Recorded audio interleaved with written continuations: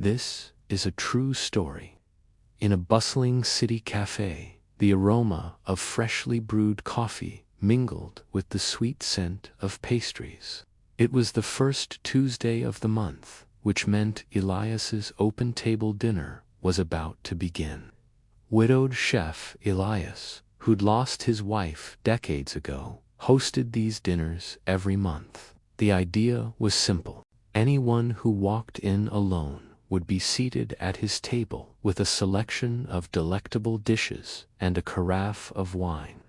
They'd share the meal and conversation with other lone diners, forging connections over the clinking of silverware and the murmur of shared stories. But this month there was only one chair left. 3 people entered the cafe, each hoping to fill it. First came a wealthy food critic, a regular at Elias's restaurant, his sharp eyes scanning the room. He caught sight of the empty seat and approached it, tapping his watch impatiently. "I'll give you $200, he said to Elias, "if I can have that seat." Elias knew the critic's reviews were like gold. One good word from him could make a restaurant weak. So, accepting the bribe, Elias set the critic down. Moments later, a young artist entered, her eyes sparkling with creativity.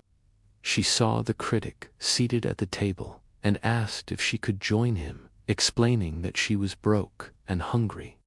When the critic refused, she pulled out a hand-painted napkin and pressed it into his hands. "Here," she said, "for being such a nice guy."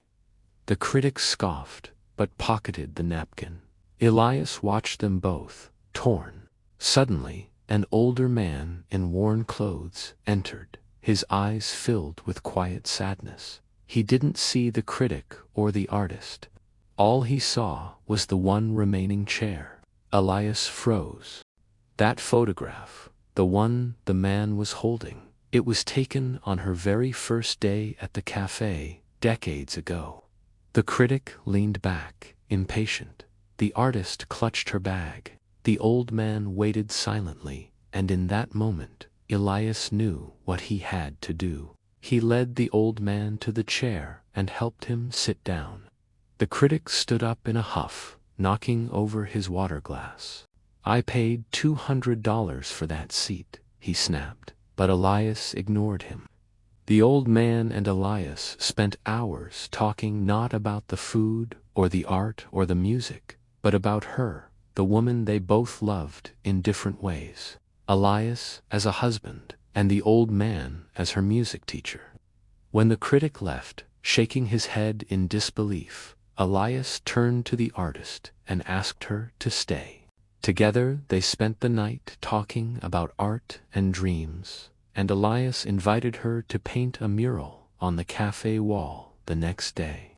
Some seats are worth more than business or beauty, for they're meant for the people who carry pieces of your soul. And that's all for today. See you tomorrow.